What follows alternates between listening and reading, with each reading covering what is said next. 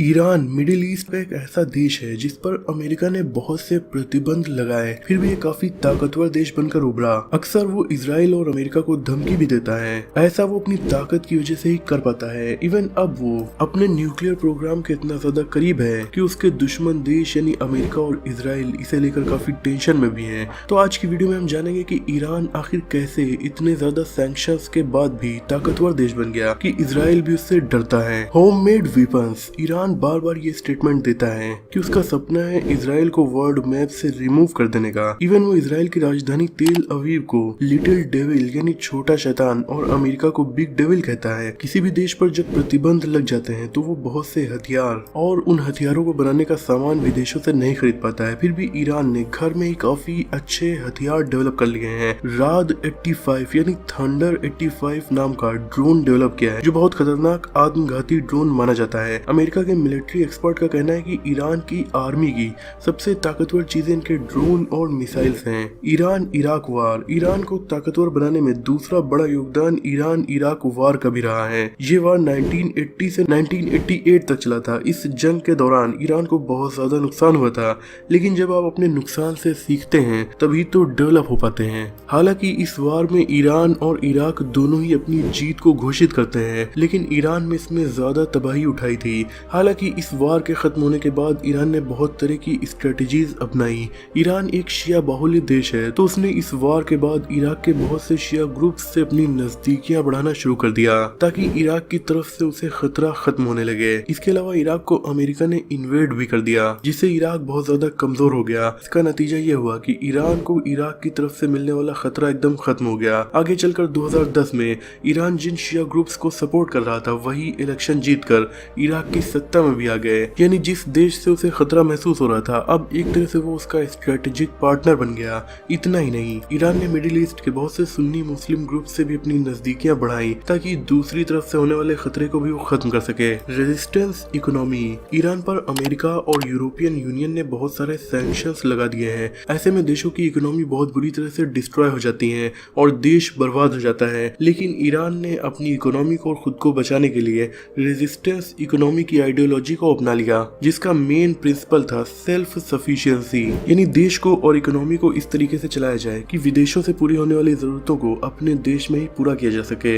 Iran एक oil producing country है। Sanctions लगने के बाद आप एक्सपोर्ट भी नहीं कर सकते। इसीलिए ईरान ने बहुत से ऐसे तरीकों को अपनाया कि उसने ऑयल के ऊपर से अपनी डिपेंडेंसी को भी कम कर दिया और आज वो ऑयल प्रोड्यूसिंग के मामले में लिस्ट में 9th नंबर पर आता है। Uranium programme. ईरान को पावरफुल बनाने में एक बड़ा इंपॉर्टेंट रोल उनके देश में यूरेनियम के भंडारों की खोज है। जी हाँ, ईरान के पास 3000 से 5000 टन यूरेनियम के प्रूवन रिजर्व मौजूद हैं। इसके अलावा यहाँ की गवर्नमेंट को उम्मीद है कि उनके पास इससे भी ज्यादा यूरेनियम के भंडार हो सकते हैं।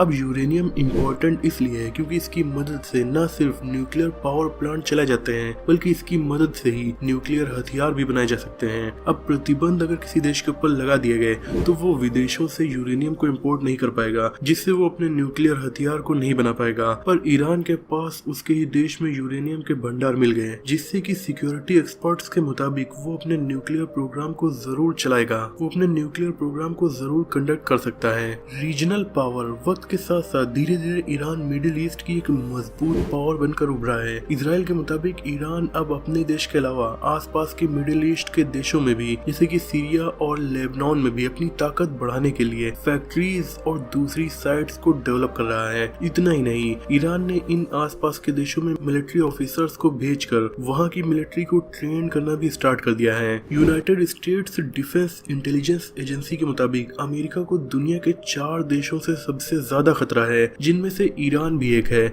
इसके अलावा बाकी के देश हैं रशिया, चाइना और north Korea. Missile power. US defence intelligence के मुताबिक ईरान की सबसे ताकतवर चीज उसकी मिसाइल्स ही हैं। 2020 में ईरान ने लॉन्ग रेंज की बैलिस्टिक मिसाइल्स को टेस्ट किया था। इसके अलावा उसी साल इन्होंने मेन बैटल टैंक और भी कुछ मिलिट्री हथियार टेस्ट किए थे, जिनमें से डोमेस्टिकली डेवलप की गई सबमरीन्स और अटैक शिप्स मेन हैं। Centre for strategic and international studies Washington के मुताबिक मिडिल ईस्ट की सबसे बड़ी और डाइवर्स मिसाइल्स की खेप ईरान के पास ही मौजूद है। इनके पास तकरीबन 3000 मिसाइल्स और हजारों रॉकेट्स हैं, जिनमें cruise missile, short range, middle range और लॉन्ग रेंज मिसाइल्स भी शामिल हैं, जिनकी पहुंच इजराइल तक भी है। इन अलग अलग मिसाइल्स को सबमरीन से या मिसाइल लॉन्च व्हीकल से लॉन्च किया जा सकता है। मिसाइल सिटीज ईरान को पावरफुल बनाने में अगला बड़ा और इम्पोर्टेंट रोल इनके मिसाइल सिटीज ने प्ले किया है। ये ईरान के लगभग हर बड़े शहर और इम्पोर्टेंट जियोग्राफिक लोकेशन जैसे पहाड़ों के नीचे मौजूद हैं। ये ऐसे अंडरग्राउंड बेसेस हैं जहां से आर्मी को इजीली ऑपरेट किया जा सकता है। उसे ऑपरेट करने की लगभग सभी फैसिलिटीज यहाँ अवेलेबल हैं। ये आर्मी बेस एडवांस मिसाइल से लैस हैं। यहाँ रडार और दुश्मन के सिग्नल्स को डिसरप्ट करने वाले इक्विपमेंट्स भी लगे हुए हैं। ईरान के ये मिसाइल सिटीज जमीन से 500 मीटर नीचे गहराई में बनाए जाते हैं, जहाँ न्यूक्लियर हमले तक का असर होने की संभावना बहुत कम हो जाती है। ऐसे मिसाइल बेसेस पूरी दुनिया में सबसे ज्यादा ईरान के पास ही मौजूद हैं। ये इनकी मिलिट्री पावर की रीढ़ माने जाते हैं। मिलिट्री रैंकिंग दोस्तों, ईरान की मिलिट्री रैंकिंग इस वक्त दुनिया में 17 नंबर पर है, जो वक्त के साथ काफी बड़ी है।